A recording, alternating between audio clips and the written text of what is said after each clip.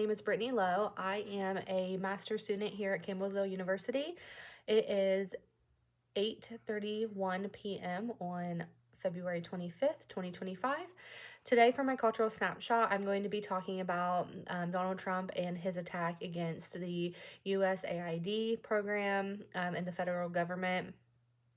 The USAID is a federal agency that provides economic and humanitarian aid to countries around the world. So their main goal is to support economic growth, combat disease, promote democratic reform, address food insecurity, help countries recover from disease, and create markets and trade partners for the United States.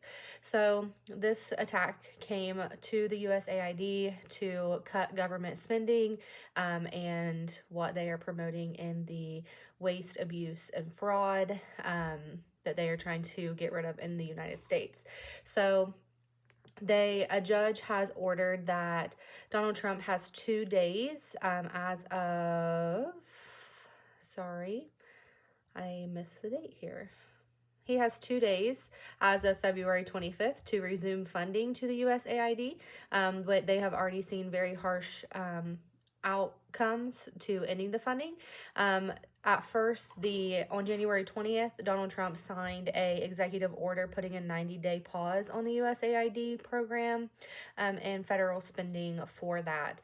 So they putting that executive order in, stop food assistance, medical assistance, and all kinds of other assistance to other countries. So it stopped all funding for foreign assistance, which obviously is a big issue. So he has 2 days to put that back in, and they are saying that will require to prove with some sort of confirmation that they have started that funding back up. So moving on into our article, it kind of goes based on the USAID in America. However, it is affecting people globally. We are seeing a lot of effects, and the article that I chose talks about how healthcare disparities in these regions are already significant. So we are looking at treatment for HIV and AIDS in Africa, tuberculosis testing, also in Africa. They're freezing funds despite the federal judge's order that they could not do so. They are just deeply concerning because they directly affect healthcare services in low-income countries. So we are seeing huge declines in health and wellness in countries like Kenya, Nigeria, Bangladesh, South Sudan. And these healthcare systems were already strained prior to the pause of this funding, but now they are even more so drained. This disruption of this funding leaves vulnerable populations without essential medical services, that it is ruining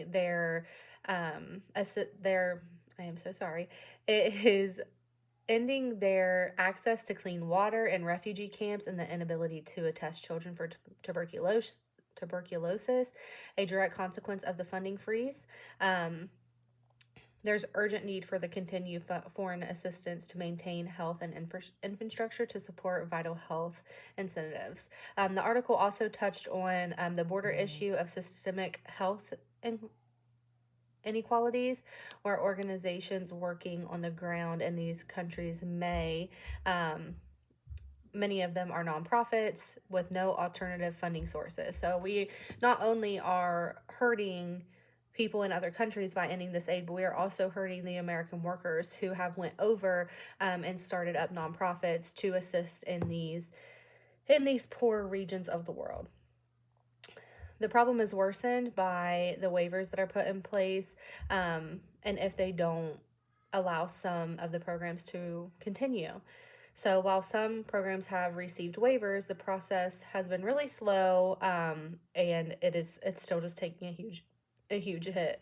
So they are trying to restart HIV treatment programs because these people in other countries have been receiving this aid, receiving medication, receiving health care, and then that just came to an end. So diseases that were being maintained maintained well and allowing these individuals to continue to work, to care for their family, contribute to their economy, all those types of things are now ill and they cannot continue, not only because they are coming off of the medication that they were using, but now their conditions are worsening.